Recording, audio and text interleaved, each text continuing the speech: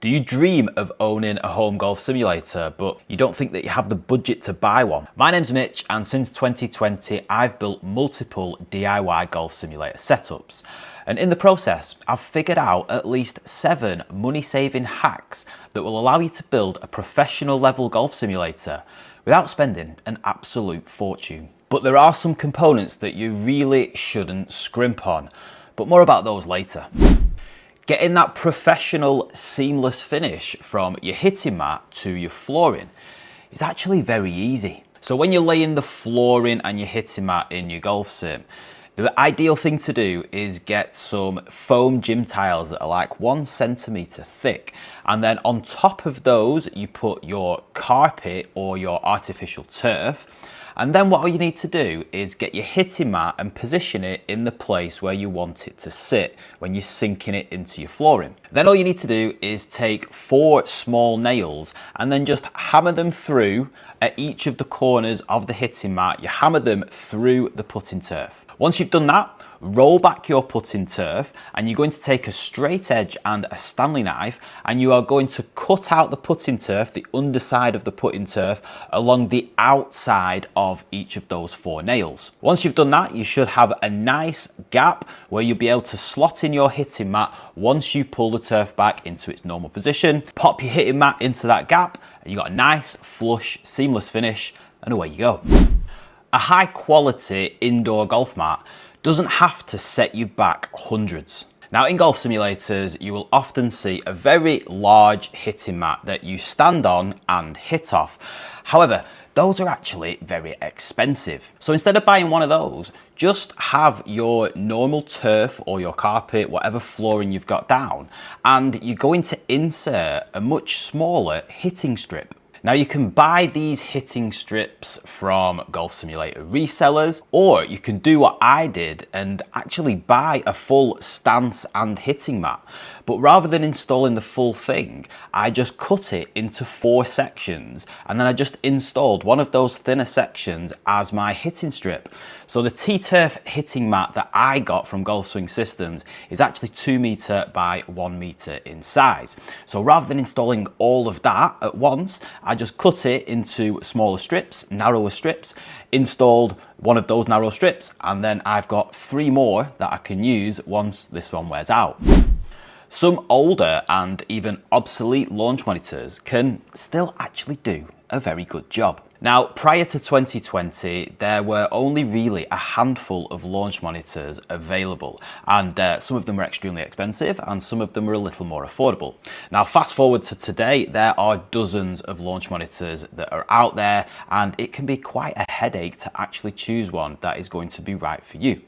However, some of those older launch monitors, and I'm talking about the likes of the Foresight GC2 and the original Skytrack launch monitor, were once upon a time considered to be extremely reliable and accurate for indoor golf simulation. Now, particularly the Foresight GC2 is still considered and used by lots of simulator golfers these days. It's still considered to be one of the best and most accurate launch monitors out there. And even though they are old, you can still connect those launch monitors to the more up-to-date softwares like GS Pro. If you're planning or looking into building a DIY home golf simulator, then you should definitely check out my step-by-step walkthrough guide, which explains absolutely everything that you need to know from start to finish about how to build a professional home golf simulator. Not only does this guide tell you exactly what to do and what to look for in every single component involved with golf simulators, you also get access to my downloadable ebook that contains a load of discounted links so you can save yourself loads of money on every single component that you need to buy. This guide is perfect for anybody just starting out with their home golf simulator build, and it's also amazing for anybody who may be looking to upgrade different components or aspects of their home golf simulator. So to get access to this amazing walkthrough guide, then just check out the links in the description below. How do professional golf simulator installers get their impact screens to look so neat and tidy? Well, these professional companies tend to use a black border that goes around the sides and the top of their impact screen.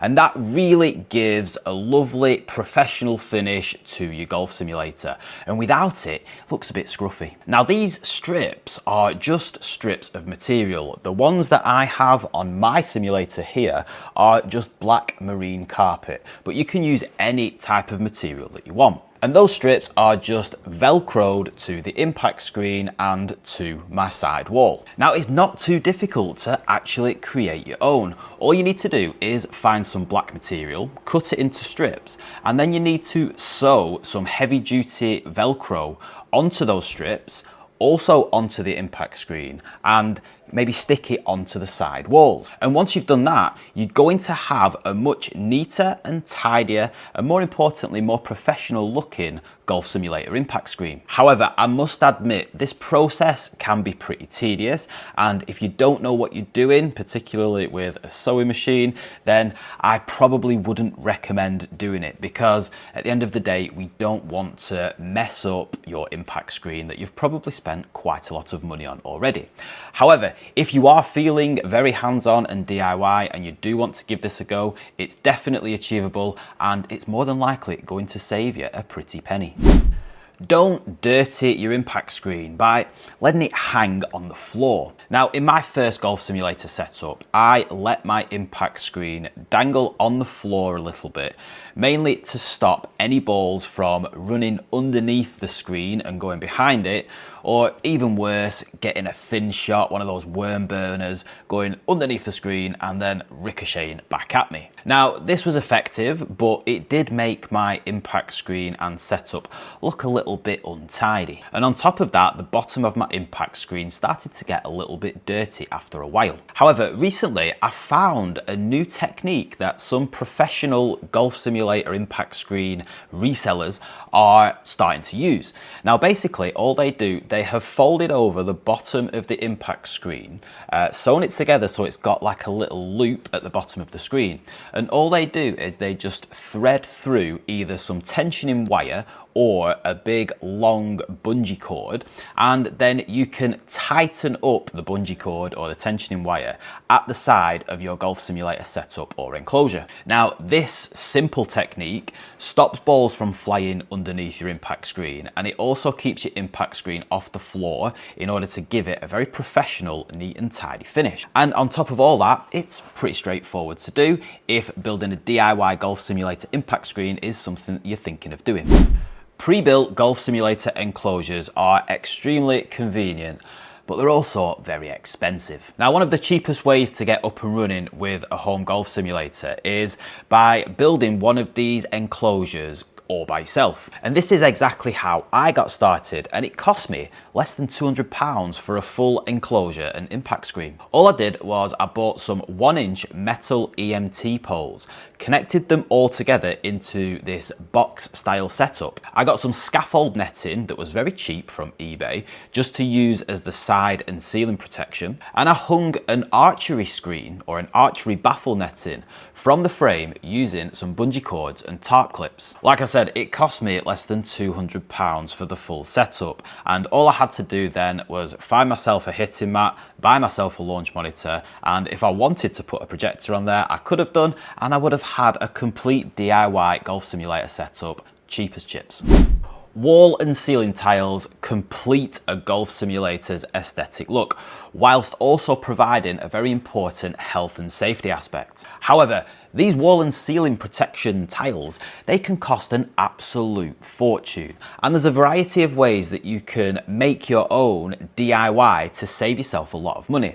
Now, I've spoke to a number of golf simulator owners who have created their own luxury DIY golf simulator wall cushioning and ceiling cushioning protection. However, they have all said that it took them forever and it was extremely tedious. And even though they look great, maybe you don't want to spend that much time on them. So my alternative hack is to, rather than using these fancy tiles, All you need to do is get some long blackout curtains, and they do just as good a job at catching the golf ball's impact if you hit any shanks, and in my personal opinion, they also look extremely professional. You'll even find some professional golf simulator company installers, they also use these long heavy duty blackout curtains, and like I say, they look absolutely fantastic. However, the only thing that you need to consider if you are going to use curtains as your side protection is what are you going to use on the ceiling? Because unless you put some curtains up there and kind of ruche them or give them a bit of a ripple effect, then any lob wedge shots that go up into the ceiling, they may not get caught. So you might want to put some cushioning up there, whether that be some foam tiles or something else. That's completely up to you. When it comes to building a DIY golf simulator, it's very easy to cheap out on a few items, thinking that they're still going to do a decent job. However, in my experience, buying a cheap projector from Amazon is going to absolutely ruin your immersion, and it's going to give you a very average golf simulator experience. And also buying a cheap hitting mat is potentially going to cause you some elbow or shoulder pain over time, whilst also not giving you some very accurate data results on all of your shots. But a golf simulator is only as accurate as its launch monitor. And with so many options on the market these days, they can be a bit of a minefield. So to find out exactly how to choose the perfect launch monitor for you without wasting any money, then don't forget to check out my complete step-by-step guide to building the perfect golf simulator in the description below. And then watch this video that's on the screen right now.